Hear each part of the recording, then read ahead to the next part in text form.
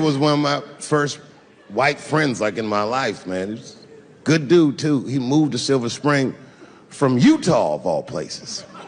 I guess his family was affiliated with that Mormon church they got down there, and me and him used to hang out. And one day I was at his house, we were just hanging out, and Timmy says, "Dave, why don't you stay for dinner tonight?" I said, "Oh, man, I'd love to, but I can't. If I'm not home before dark, my mother will kill me." That was a lie. My mother had several jobs. I hadn't seen her in like 3 or 4 days. And the only reason I lied to Timmy was because at that point in my life, it was my experience that white dinner wasn't delicious.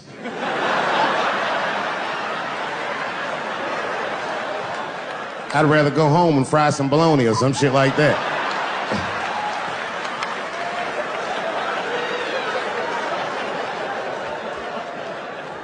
But then old Timmy threw me a curveball I wasn't expecting. He said, "Oh, it's too bad you can't stay, Dave, because Mom made stovetop stuffing." I said, "What the fuck, stovetop?" "Well, hold on, nigga, let me make some phone calls real quick." I had seen that commercial so many times, I had dreamt of getting my hands on some of that stovetop stuffing. And finally, I met a motherfucker that actually had a box of stovetop in the house. I couldn't miss this opportunity, so I pretended to call my mother. And then I came back and I said, Timmy, you're not gonna believe this great news. Mom said I can stay." And he said, "Fantastic." He said, "Why don't you come with me and we'll help set the table and then we can say the blessing."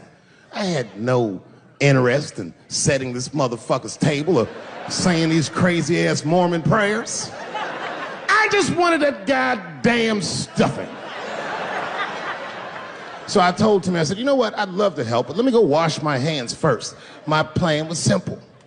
Wash my hands slowly, and by the time I'm done, the table will be set, the blessing will be said, and all that there will be left to do is eat. Went to the bathroom. I washed my hands very slowly. I must have been in there for about 10 minutes. And suddenly, one of his mothers came to the door.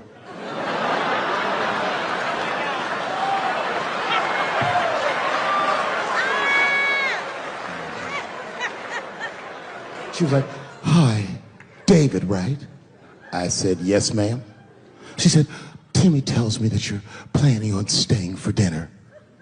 I said, "I hope that's not a problem, ma'am." She says, "No, it's no problem. In fact, we'd love to have you. It's just that we weren't expecting company. And I'm afraid there's not enough stovetop stuffing for everybody." So I kicked her in the pussy. Bam! Ladies and gentlemen, I told you I'm dope, nigga. I told you what I was gonna say and you still didn't see it coming. And that's why I make the big bucks.